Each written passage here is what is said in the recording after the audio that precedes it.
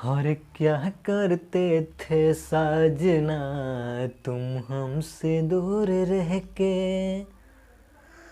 हम तो जुदाई में अकेले और छुप छुप के रोया करते थे।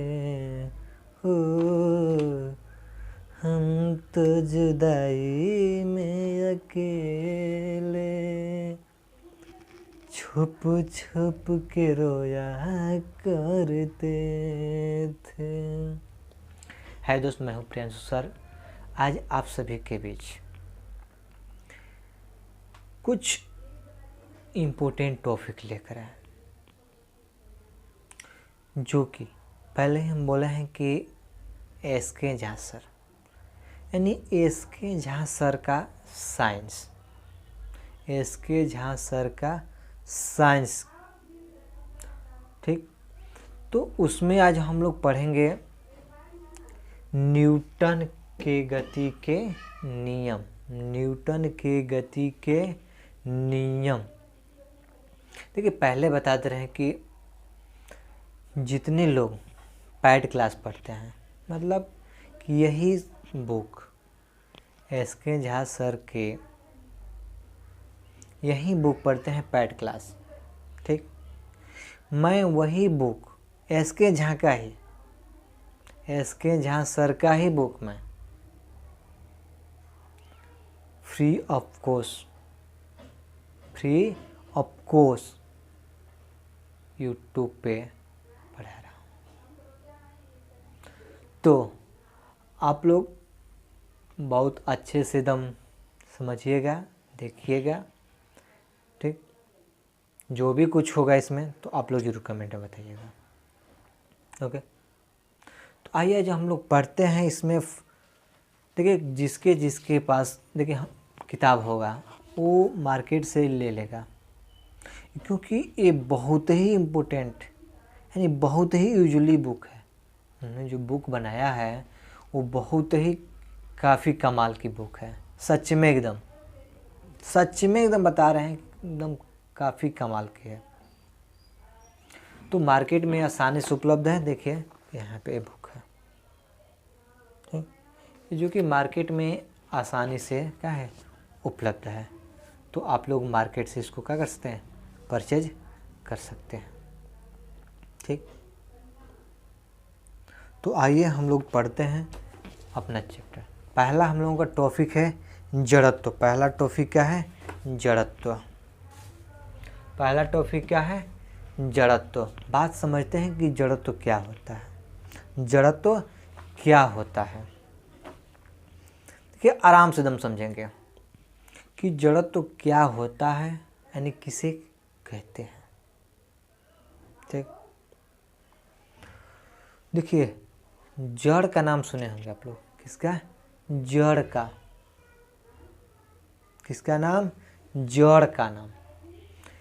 या एक बात और सुने होंगे, कहता है कि अरे फलाने का जड़ तो बड़ी मजबूत बा।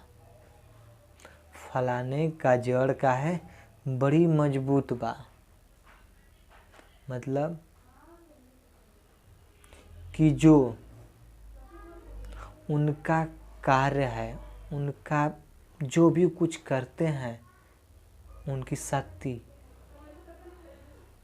वो क्या है, बहुत स्ट्रोंग है। मतलब कि अगर वो चोरी करते हैं तो चोरी में ही उनका जड़त्व अधिक है, यानी जड़ अधिक है। जड़त्व मतलब जड़ अधिक है। अगर वो डकैती करते हैं तो डकैती में ही उनका जड़ क्या है, स्ट्रोंग है, मजबूत है। ठीक, यदि कोई व्यक्ति ईमानदार है, ईमानदारी अपनाता है, तो ईमानदारी में ही उसका जड़ क्या है, मजबूत है।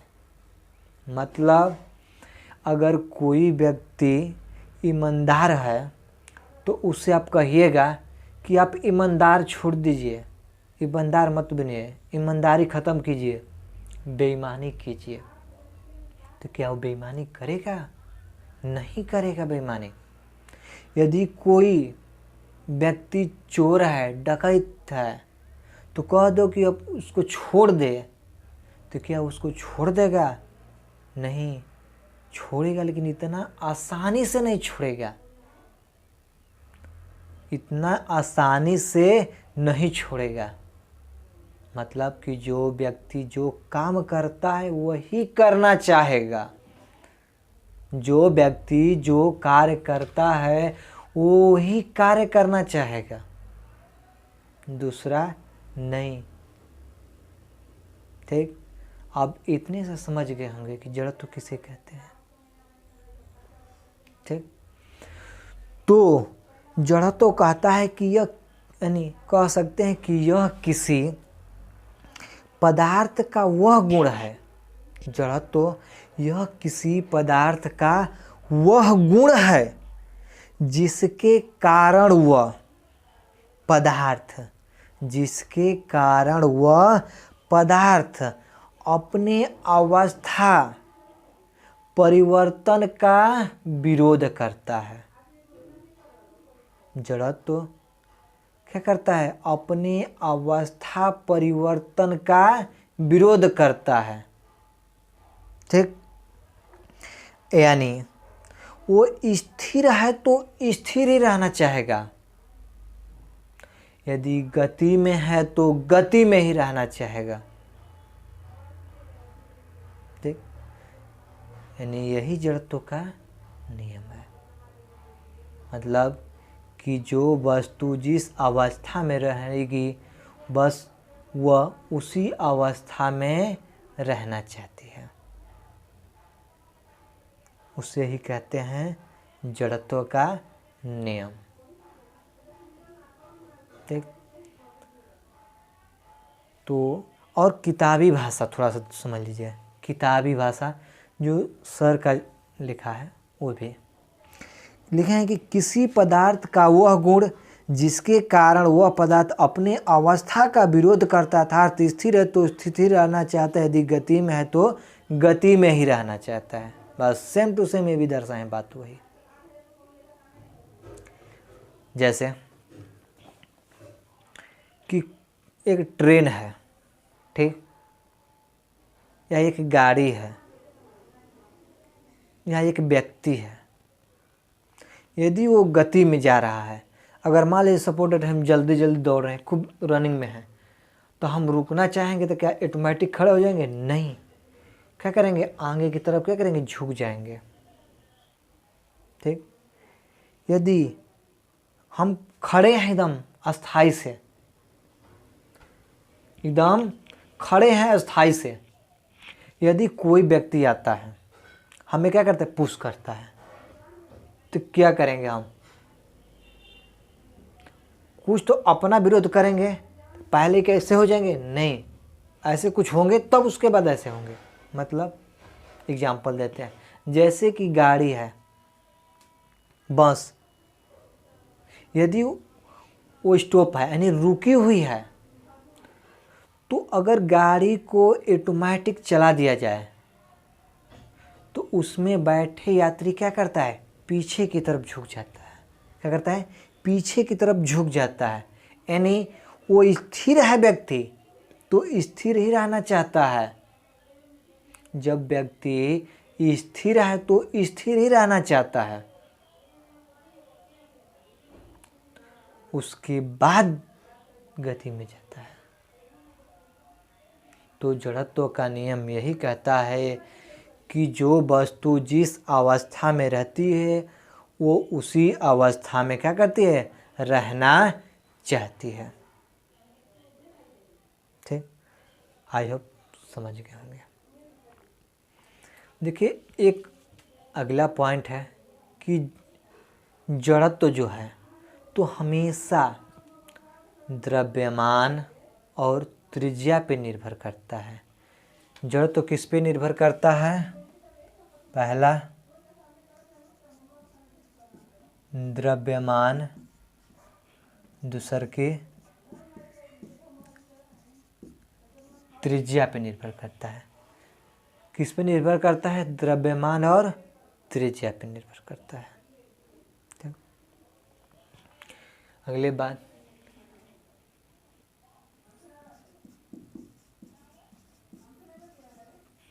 सॉरी हिंदी देखते हैं।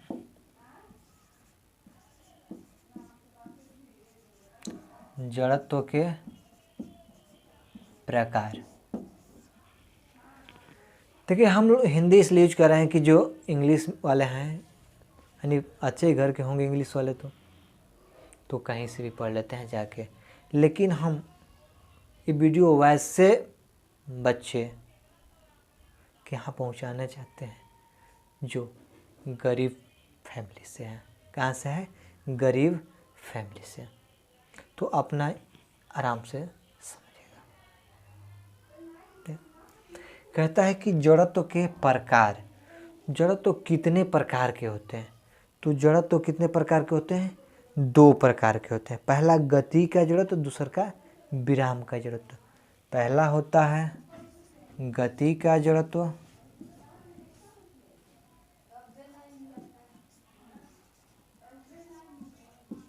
गति का जड़त्व, और दूसरा का होता है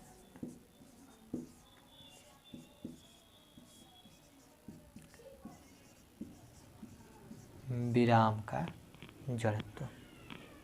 ठीक,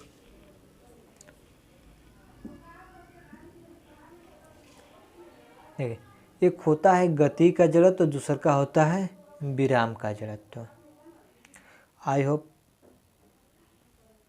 समझ गए होंगे, पहले ही हम बता चुके हैं इसके एग्जाम्पल कुछ, लेकिन उसी में पुनः हम लोग रिपीट करते हैं और समझते हैं। ठीक, कि गति का जड़त्व क्या होता है और विराम का जड़त्व क्या होता है। ठीक, तो जड़त्व में कहता है गति, जड़त्व में गति, ठीक, कि जो वस्तु गति में है वो कहाँ रहेगी? गति में ही रहेगी। ठीक, यानी जो वस्तु गति में होती है उसे गति का जड़त्व कहते हैं। ठीक, जो वस्तु गति में होती है उसे क्या कहेंगे? गति का जड़त्व।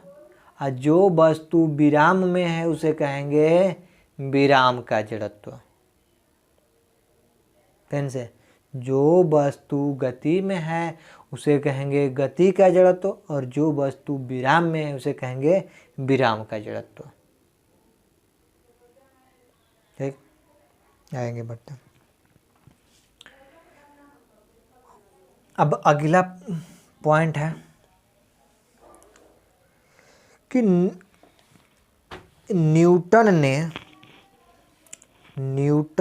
गति के नियम को अपनी किताब, न्यूटन ने गति के नियम को अपनी किताब प्रिंसिपिया में दिया था। किस में दिया था? प्रिंसिपिया में दिया था। ठीक, और गति के नियम का प्रकाशन कब किए थे?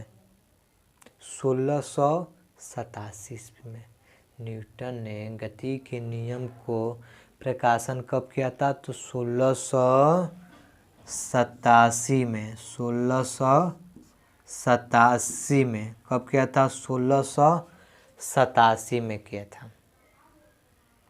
तो देखिए यहाँ से 2-3 क्वेश्चन उठता है कि ये भी क्वेश्चन उठ सकता है कि न्यूटन ने गति के नियम का प्रतिपादन कब किया। तो आराम से मारेंगे कि 1687 में, 1687 में। जड़त्व के कितने प्रकार होते हैं? 2। कौन कौन? पहला गति का, दूसरा का विराम का। गति का जड़त्व किसे कहते हैं? जो वस्तु गति में उसे गति का जड़त्व, जो वस्तु विराम में उसे विराम का जड़त्व। चलिए आइए आगे पढ़ते हैं।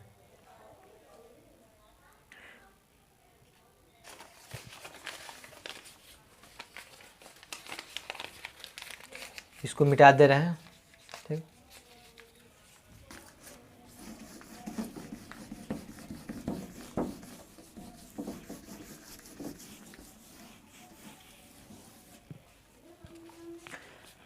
अब हम लोग देखेंगे न्यूटन के प्रथम गति नियम। न्यूटन के प्रथम गति नियम यानी Newton first law of motion. Newton first law of motion. ठीक, देखिए न्यूटन के गति के नियम को ही जड़त्व का नियम कहते हैं। न्यूटन के प्रथम गति नियम को क्या कहते हैं? जड़त्व का नियम कहते हैं, या गैलीलियो का नियम भी कहते हैं इसे।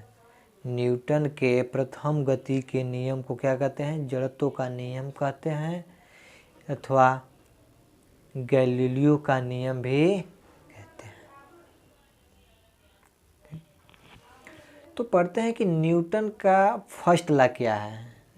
ठीक, यानी न्यूटन के प्रथम गति नियम क्या है। ठीक, तो न्यूटन जो हम लोग जड़त्व पढ़े थे, पहले ही बोल रहे हैं कि इसे न्यूटन के गति का प्रथम नियम को ही जड़त्व का नियम कहते हैं, या गैलीलियो का नियम भी कहते हैं।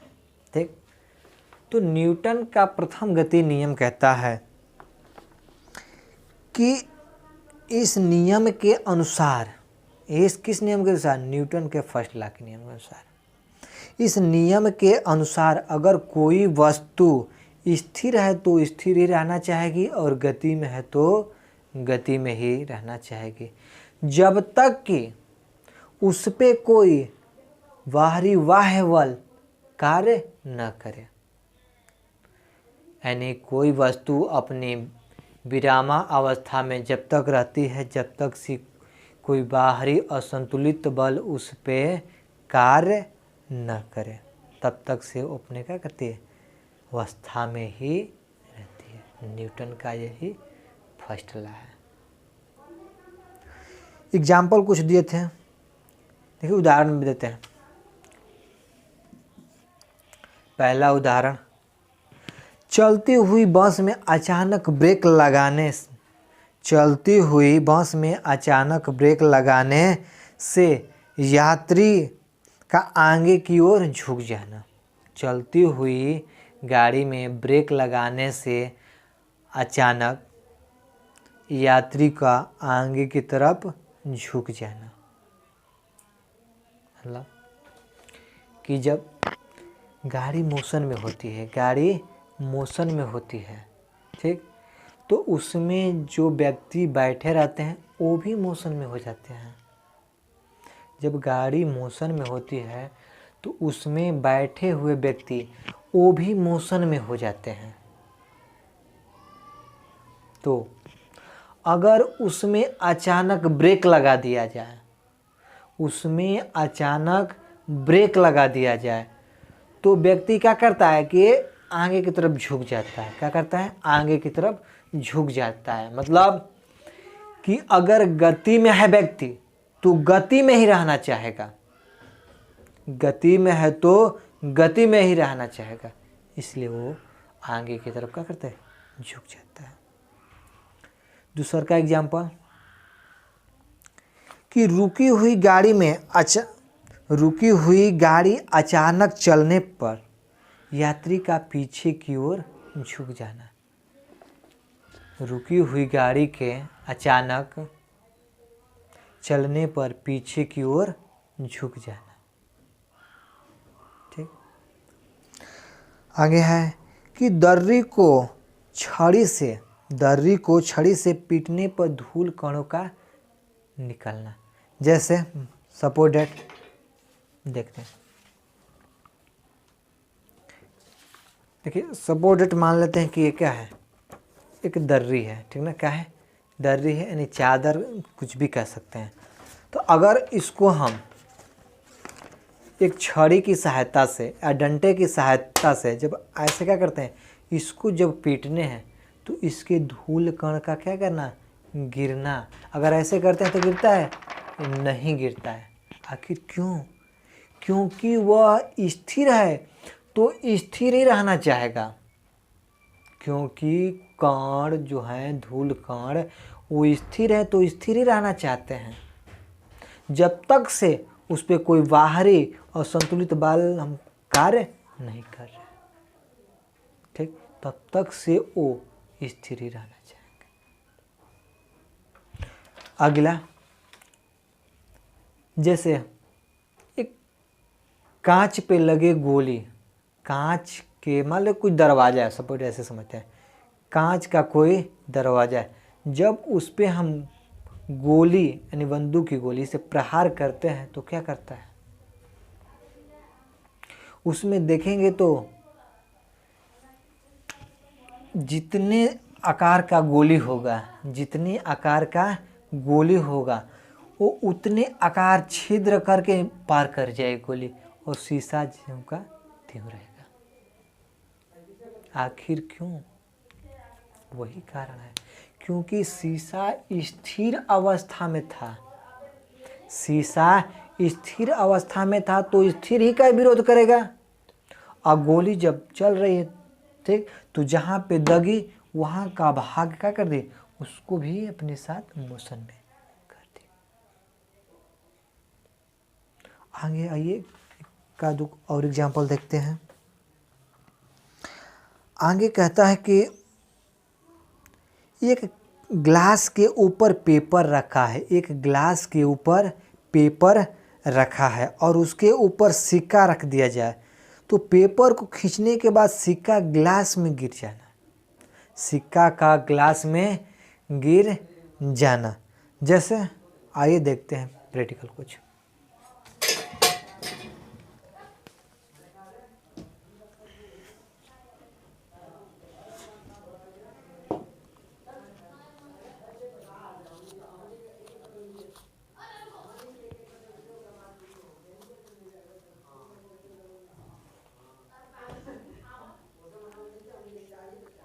जैसे ग्लास सेटिंग, ये क्या है, एक ग्लास है, ठीक, तो इस ग्लास को यदि हम इस पे रखे हैं कागज और इस पे क्या रख दिए हैं,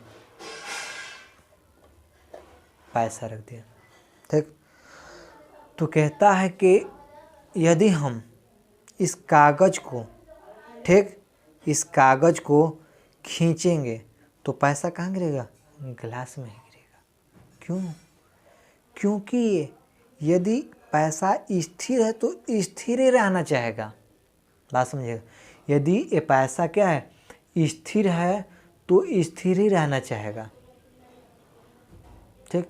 जैसे देखते हैं, मान लीजिए सपोज एक क्या है, नॉर्मल कागज है ना, इसको क्या तख्ती बोलते हैं, जो तख्ती कड़ा वाला होता है, उसको लेके प्रैक्टिकल कीजिए। जैसे है तो इसको झटाक से खींचेंगे तो क्या करें, इसी में गिरेगा।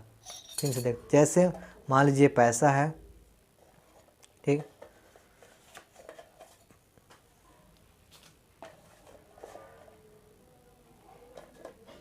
तो यहाँ पे रखा है, ठीक, तो अगर हम क्या करते हैं, इसको खींचते हैं एक, तो क्या करता है, यहीं इसी में गिरता है, क्या करेगा, स्थिर में, यानी जब पैसा स्थिर है तो स्थिर रहना चाहिए।